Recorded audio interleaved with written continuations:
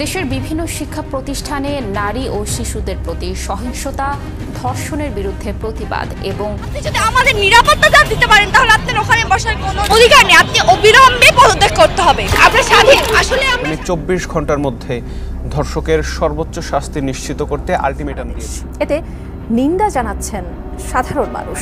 মুখ খুলেছেন Dhallywood superstar Shakib Khan. Last কয়েকদিন ধরে আপনাদের ঢাকার মধ্যে মাগুরার শিশু আসিয়ার ধর্ষকদের শাস্তি নিশ্চিতের দাবিতে মধ্যরাতে উত্তাল ঢাকা বিশ্ববিদ্যালয়। তারা এখন রাজনৈতিক স্বাদ নেওয়ার জন্য মহাব্যস্ত। একটা শিশু পর্যন্ত মনে করেন রেহাই পাইতেছে না। মাগুরায় বোনের বাড়িতে বেড়াতে গিয়ে ধর্ষণের শিকার। ঘটনায় 4 আসামির রিমান্ড মঞ্জুর করেছেন আদালত। চিফ জুডিশিয়াল ম্যাজিস্ট্রেট আপনি যদি আমাদের নিরাপত্তা দিতে পারেন তাহলে আপনার ওখানে বসার কোনো অধিকার নেই, আপনি অবিলম্বে পদত্যাগ করতে হবে। আমরা স্বাধীন। আসলে আমরা স্বাধীন না। মার তো আপনারাই খাবেন। আগে যখন ও যে মন্ত্রী ছিলেন তখন হয়তো কেউ গায়ে দিতে সাহস পায়।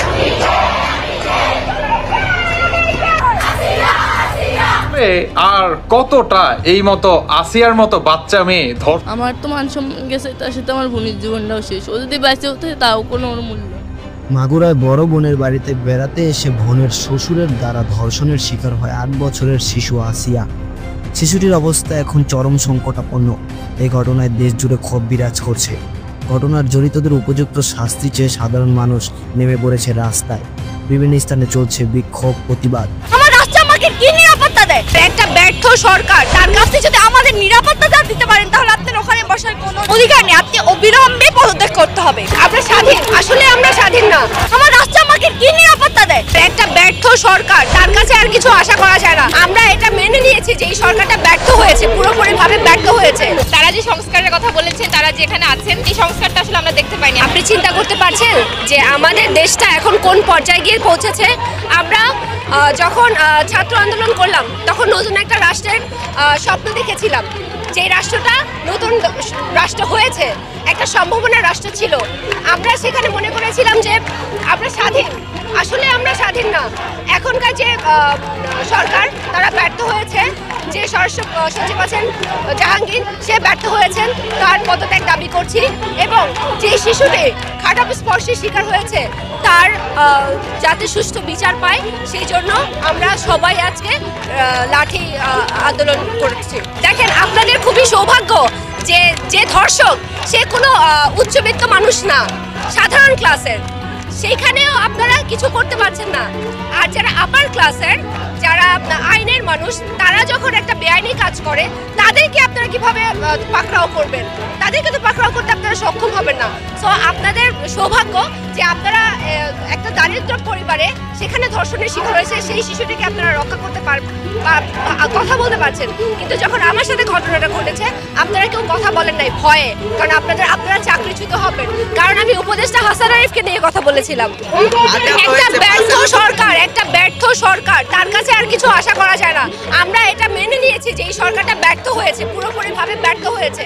আমি বলবো কি, আপনার যোগ্যতা কি? আপনি যে এখানে বসে আছেন কিসের ভিত্তিতে, কিসের মতের ভিত্তিতে, কার ভিত্তিতে বসে আছেন? গণ অভ্যুত্থানের আপনি নারী দেখছেন না?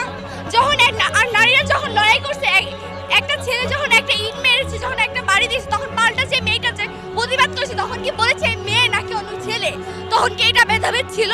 তখন এই ক্ষেত্রে যখন নারীর উপর এত হামলা, এত নিপীড়ন, তখন তো আপনার কথা আসে নাই কেন? আপনি কাদের উপর বসে আছেন? আমাদের উপরে তো বসে আছেন। আপনি যদি আমাদের নিরাপত্তা দিতে পারেন তাহলে আপনার ওখানে বসার কোনো অধিকার নেই, আপনি অবিলম্বে পদত্যাগ করতে হবে। আসিয়া হচ্ছে মাগুরা জেলার মেয়ে, আমাদের ছোট বোন, 8 বছরের একটা মেয়ে। আমি যদি বলি, এখন অনেকে বলে যে আমাদেরকে বলে আমাদের পোশাকের সমস্যা, তাহলে বলবো ওই মেয়েটা কি দোষ করছে? যে পর্দা করতো, যে হচ্ছে মাদ্রাসায় পড়তো। আমার বোন যে আসিয়া, যার কথা আপনি বললেন, ও কি দোষ করছে? ও কি বুঝে এগুলার? বলেন। 8 বছরের একটা মেয়ে, ও কি বুঝে? আমাকে উত্তর দিবেন আপনারা? পারবেন না। কি উত্তর দিবেন আপনারা? দিতে পারবেন যে ওই এইটুক মেয়ে কি বুঝে? ও খুন, দর্শন, নিপীড়ন, এগুলা কি বুঝে? আমরা অবিলম্বে প্রকাশ্যে শাস্তি দিতে হবে। এই যে আমাদের ট্যাগ দিচ্ছে শাহবাগ, এই শাহবাগের যদি না থাকতো তাহলে এই জেলায় অবদান কখনোই সম্ভব ছিল না। আমি যে মার খাইছি, আমার খবর আজ পর্যন্ত কেউ জানে না। আমি এখন পর্যন্ত প্রকাশ্যে আসিনি, কিন্তু যখন আমি নিপীড়নের সামনে পড়ে যাচ্ছি, আমি দর্শনের সামনে পড়ছি, আমার রাষ্ট্র আমাকে কি নিরাপত্তা দেয়? কোনো নিরাপত্তা দিচ্ছে? আমাকে দিচ্ছে না। তাহলে আমাদের আবারও বিরোধ রাস্তায় নামতে হচ্ছে। আমার নিরাপত্তা নিশ্চিত করার জন্য আমাদের দেশে আমার তো মান সম্মান গেছে, তার সাথে আমার বোনের জীবনটাও শেষ। ও যদি বেঁচে হতো তাও কোনো ওর মূল্য নেই এখন। আপা আমার অনেক কষ্ট হচ্ছে আর অনেক উঠতেছে, ওরা তো একবারে মারিয়েই ফেলতে চাইছিল, মানে কেউ টের পাইছে জন্য ছাড়িয়ে দিচ্ছে। কইছে যে তুই যদি কিছু কোষ তাহলে তোর বোনটা একবারে মারিয়ে ফেলবেন, কেউ টের পাবেন না। কেউ কি চায় তার বোনটা হারাতি? এর আগেও আমার শ্বশুর এরকম করছে। আপনি থাকা অবস্থায় আপনার বোনের সাথে এরকম একটা অপকর্ম হয়েছে, আপনি কি দেখেছিলেন আসলে?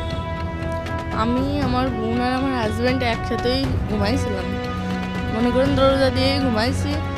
ওই সিঁড়ির একটু আগেও ফ্লোরের পরে পড়েছিল, তারপরে ওরে উঠেছি, দরজা দিছি, বাথরুমে গেছি, দরজা দিয়ে ওরে উঠেছি।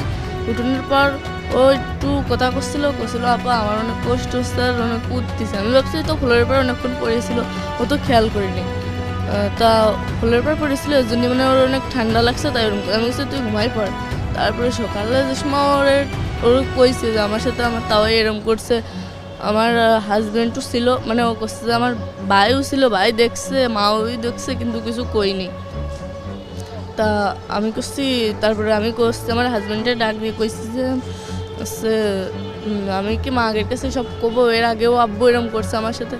করছে কি আমারে ধরে অনেক মারছে, আর মারে ওই ঘরের ভিতরে আটকাই থুইছিল। ঘরের ভিতরে আটকাই থোয়ার পর মনে করেন দিনই বেলা সকালে শুনলেনই তো, শুনলেন না? আমাদের বাংলাদেশের এই অন্তর্বর্তীকালে সরকার ডক্টর ইউনূস তিনি আসলে আর কতটা এই মতো আসিয়ার মতো বাচ্চা মেয়ে ধর্ষণ হলে তিনি আসলে পদত্যাগ করবে। বাংলাদেশের বর্তমান এই অন্তর্বর্তীকালে সরকার কিংবা যে বৈষম্য বিরোধী আন্দোলনকারীরা তারা নিজেরাই এখন 24 ঘন্টা, কেউ 48 ঘন্টা একের পর এক আলটিমেটাম মনে করেন দিয়েই যেতেছে যে এদের পদত্যাগের জন্য, কিংবা যারা নাকি এই ঘটনাটা ঘটাইছে এদেরকে আপনার কি বলে আইনের আওতায় আনার জন্য। তো আমার কাছে একটা প্রশ্ন, সেটি হচ্ছে এই সরকার কিংবা এই সরকারের অধীনে যে বা যারা বৈশা রয়েছে তারা কি ঘাস খায়? তারা কি করতেছে? তারা কি চোখে দেখে না? আমি সোজা বাংলা যদি বলি বা এইভাবে বলতে হয় যে এই সরকার আসলে এই আসিয়ার মতো আর কত নিরীহ বাচ্চা যদি ধর্ষণের শিকার হয় তারপরে তিনি আপনার পদত্যাগ করে চলে যাবে, কিংবা একটা সুষ্ঠু একটা নির্বাচনের মাধ্যমে জনগণের ম্যান্ডেটের মাধ্যমে একটা নির্বাচিত সরকার তিনি প্রতিষ্ঠিত করে যাবে। আর কতটা বলেন? এই প্রশ্নটা আমি সাধারণ জনগণের কাছে রাখলাম। উল্টো দিকে আমি আরো একটা কথা বলতে চাই বৈষম্য বিরোধী এই আন্দোলনকারীদের উদ্দেশ্যে।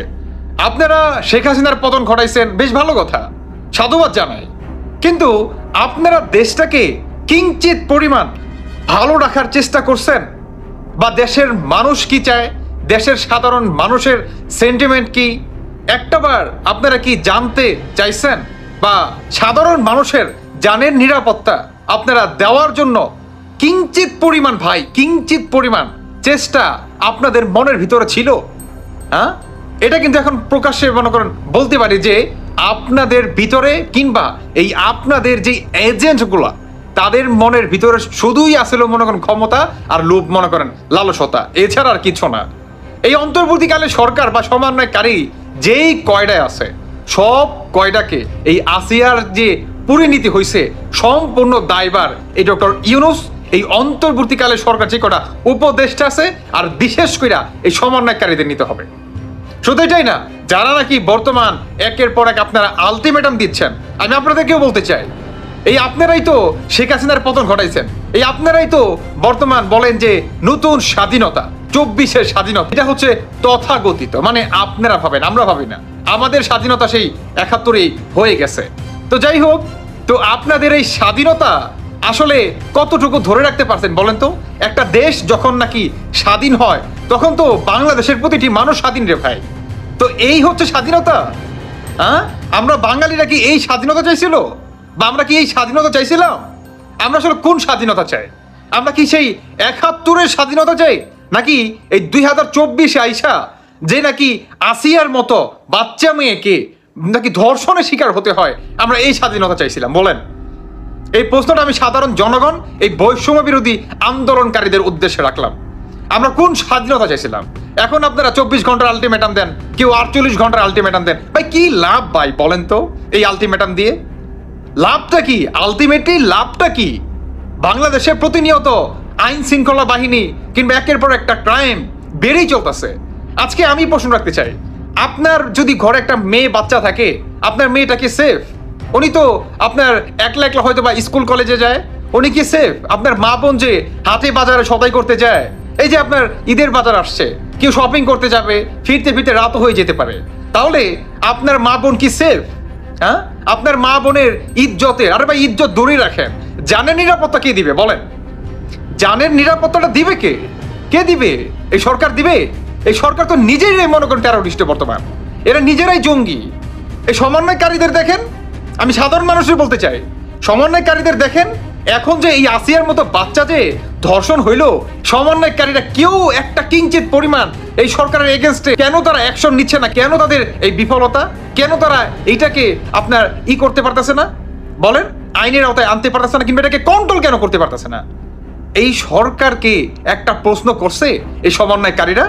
আমি বাংলাদেশের জনগণের উদ্দেশ্যে আরো একটি কথা বলতে চাই, সেটি হচ্ছে এই সমন্বয়কারীরা তারা বাংলাদেশের মানে সাধারণ মানুষের জানের নিরাপত্তার চেয়েও তাদের বর্তমান ক্ষমতা তা মনে করেন বেশি মনে করেন প্রাধান্য দিচ্ছে। তারা কিভাবে আপনার ইলেকশন করে আপনার এই ইউনুসের দ্বারায় কিংবা আপনার ইউনুসের সরকারের সহায়তায় নিয়ে তারা মনে করেন ক্ষমতায় বসতে পারবে, তারা সংসদে আপনার বসতে পারবে। তারা বর্তমান এই ধরনের আপনার মনে করেন মুগ্ধ হয়ে গেছে কিংবা আবদ্ধ হয়ে রয়েছে। তাহলে আমি আবারও বলতে চাই যে আপনারা অ্যাকচুয়ালি কোন স্বাধীনতায় ভালো ছিলেন? ৭১-এর স্বাধীনতা নাকি ২৪-এর স্বাধীনতা? যে স্বাধীনতাকে নাকি আপনারা বলেন যে আপনারা বাক স্বাধীনতা ফিরে পেয়েছেন, এই কোন বাক স্বাধীনতা ভাই? যেই বাক স্বাধীনতার নামে আসিয়ার মতো বাচ্চাকে ধর্ষণের শিকার হতে হয় বলেন? এ কোন স্বাধীনতা এনে দিলেন বাংলাদেশের মানুষকে? আজকে বাংলাদেশের মানুষ, প্রতিটা মানুষ দেখেন, তিনি ঘর থেকে বের হইলে মনে করেন আপনার চিন্তা করে যে ভাই আমি তো সহি সালামতে বের হইতাছি, সুস্থভাবে আমি আসতে পারবো কিনা বাসায় ফিরে, নাকি এই অন্তর্বর্তীকালে সরকারের যে আপনার আইন শৃঙ্খলা বাহিনী কিংবা এই সমন্বয়কারীরা এরা কি আমাদের জানের নিরাপত্তা দিতে পারবে? মার তো আপনারাই খাবেন। আগে যখন ওই যে মন্ত্রী ছিলেন তখন হয়তো কেউ গায়ে দিতে সাহস পাননি, আর এখন তো আমজনতার কাতারে চলে আসেন। আর রাজনীতিবিদ না হতে যাচ্ছেন, দেশের মন্ত্রী না হতে যাচ্ছেন, 2-4 বার হচ্ছে এরকম কেলা নিয়ে না খেলে তো হতে পারবেন না। এটা তো খুব সোজা।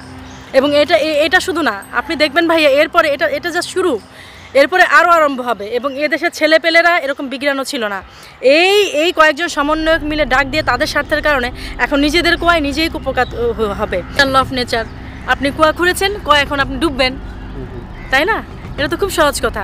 আপনারা এদের ইউজ করেছেন, প্রাইভেট ইউনিভার্সিটি ছেলেপেলেদের ইউজ করেছেন করে একটা আন্দোলন একটা ঘটিয়ে। ওরা তো খুব মানে নাজুক ছেলেপেলে, স্টুডেন্টরা আসলে খুব নাজুক। মানে দেখা গেছে বেশিরভাগই আমাদের মতো ছাপোষা ঘরের মধ্যবিত্ত ফ্যামিলি ছেলেপেলেরা, বাবা মা কিছু টাকা পয়সা হয়ে মানে এরা সন্তানদেরই শেষ ভরসা মনে করে, সে ভরসা থেকে প্রাইভেট ইউনিভার্সিটিতে আমাদের ভর্তি করে। তো আমরা আসলে ওই নাজুক ফ্যামিলি থেকে এবং নাজুক মানসিকতা থেকে চিন্তা করেছি, বা তারাই চিন্তা করেছে যে আসলে এটা কোঠাভিত্তিক একটা ডাক। তো ঠিক আছে, বড় ভাইরা যখন ঢাকা ইউনিভার্সিটি থেকে ডাক দিয়েছে আমরা যাই, তখন তাদের ইউজ করলেন, কিন্তু সমন্বয়ক হলেন আপনারা, উপদেষ্টা হলেন আপনারা।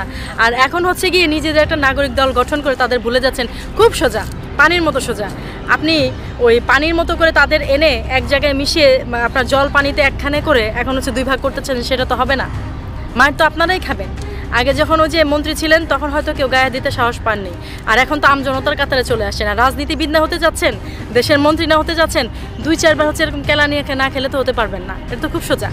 এবং এটা শুধু না, আপনি দেখবেন ভাইয়া এরপরে এটা জাস্ট শুরু, এরপরে আরও আরম্ভ হবে। এবং এদেশের ছেলেপেলেরা এরকম বিজ্ঞানও ছিল না। এই কয়েকজন সমন্বয়ক মিলে ডাক দিয়ে তাদের স্বার্থের কারণে এখন নিজেদের কুয়ায় নিজেই কুপকাত হবে। এখন তারা বুঝতে পারবে যে ধানমন্ডি 32 ভাঙা, মোরালিটি ভাঙা একজন বর্ষিয়ান রাজনীতিবিদ, তাকে দেশ থেকে বের করে দেওয়া, এটার যে মানে কি পরিমাণ প্রাকৃতিক প্রতিশোধ, এটা এবার তারা খুব ভালোভাবে এটা বুঝতে পারবে। এবং সার্জিসকে মারা, এটা আমি কি চোখে দেখবো? এটা আমার চোখে দেখার কিছু নেই। ওই যে বললাম সব কিছু উপর থেকে ঘটে এবং প্রকৃতি তার নিজের মতো করে মানে প্রতিশোধ নেয়। নিজের কয় আপনারা নিজেই পড়ছেন। এখনও সময় আছে, যেভাবে ভালো হয়, দেশটা খুব সুন্দরভাবে গোছানো ছিল, এভাবে করে গোছানো দেশটাকে আপনারা প্লিজ নষ্ট করবেন না। আপনাদের জন্য বলির পাঠা হচ্ছি আমরা সাধারণ জনগণ। এটা আমাদের কোনোদিন কাম্য ছিল না, কারণ আপনাদের ব্যাংক ভরেছে, আপনাদের বিটকয়েনে আপনারা লাভবান হয়েছেন, আমরা হইনি। আমাদের 70 টাকা কেজি চাল কিনে খেতে হয়। রিক্সা দিয়ে যখন আসি, রিক্সাওয়ালারা কষ্ট করে বলে আপা 10 টাকা দেন, 10 টাকা আমাদের পকেট থেকে যায়, আপনাদের যায় না। এই আপনারা হচ্ছে ওই এর আগে কি যমুনায় কি কেউ আপনার ইয়ে করেনি, অফিস করেনি? আপনারা হচ্ছে ওই রমনার কোনায় সেখানে আপনাদের 1 ঘাঁটি লাগে, আপনাদের ওই যে ইন্টারকন্টিনেন্টালের ওখানে আপনাদের 1 ঘাঁটি লাগে, তারপরে হচ্ছে ওই যে মিন্টো রোডে আপনাদের 1 ঘাঁটি লাগে, সারা বাংলাদেশে পুলিশ আর্মি সব ওখানে। আর জনগণের কি সিকিউরিটির ব্যবস্থা দরকার নেই? করতে থাকেন, কোনো সমস্যা নেই। মাত্র তো হচ্ছে ওই সার্জিস আলম এদের নিয়ে আরম্ভ হয়েছে, আপনাদের কই আপনারাই পড়বেন। এছাড়া ভাই আসলে আমার বলার কিছু নেই।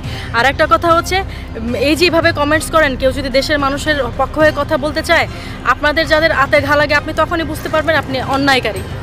কারণ জনগণের পক্ষে কথা বলে যখন দেখবেন যে আপনার ভাল লাগছে না, আপনার একটা দলের প্রতি চলে গেছে, তখন বুঝবেন যে আপনি অন্যায়কারী। এখন হচ্ছে কি অন্যায় করেছেন আপনারা, ন্যায় কথা বলতে গেলে যদি কোনো দলের পক্ষে হয়ে যায়, সেজন্য তো আমরা যারা কথা বলি গালিগালাজ দিতে পারবেন না, কারণ আমরা নিরপেক্ষভাবে বলি। অন্যায় করেছেন কেন? অন্যায় করার সময় আপনাদের মনে ছিল না? এখন আপনারা 32 ভেঙেছেন, মোরাল ভেঙেছেন, সব ভেঙে এখন হচ্ছে আপনারা ওই দেশের মধ্যে একটা প্রোপাগান্ডা ছড়িয়ে নিজেদের ব্যাংক হচ্ছে, নিজেদের বাড়ি গাড়ি হচ্ছে, পাসপোর্ট দিয়ে নিজে চলে যাচ্ছেন নিজেদের নাম। এখনকার মতো এ পর্যন্তই। সারা দেশের গুরুত্বপূর্ণ খবর জানতে আমাদের চ্যানেলের সঙ্গেই থাকুন। যদি ভিডিওটি ভালো লেগে থাকে তাহলে লাইক, কমেন্ট আর শেয়ার করতে ভুলবেন না। আর নতুন নতুন আপডেট পেতে সাবস্ক্রাইব করুন আমাদের চ্যানেল এবং পাশে থাকা বেল আইকনটি ক্লিক করুন যাতে কোনো আপডেট মিস না করেন। দেখা হবে পরবর্তী ভিডিওতে। ততক্ষণ পর্যন্ত ভালো থাকুন, সুস্থ থাকুন। আল্লাহ হাফেজ।